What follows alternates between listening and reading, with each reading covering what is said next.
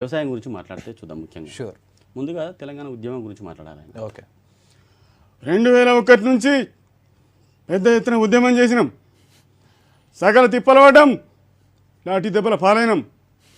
అందరం కలిసి తెలంగాణను సాధించుకున్నాం. ఈ సాధించుకునే తెలంగాణను బంగారు తెలంగాణ చేయాలి.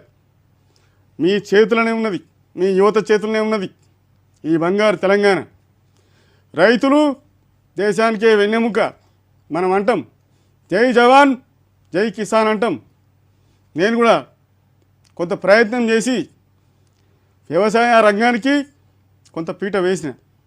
ఎకరానికి 4,000 రూపాయలు అనేటువంటి విషయాన్ని ముందుకు తీసుకొచ్చినాం. అదేవిధంగా 24 గంటల కరెంట్ను కూడా ముందుకు తీసుకెళ్ళినాం. ఇంకా చాలా చేస్తాం. మేము చేసేది చాలా తక్కువనే. రైతులు వాళ్ళు కనుక మంచిగా ఉంటే దేశం సుభిక్షంగా ఉంటుంది. 4 ఏళ్ళు నోట్లోకి పోతాయి. జై తెలంగాణ.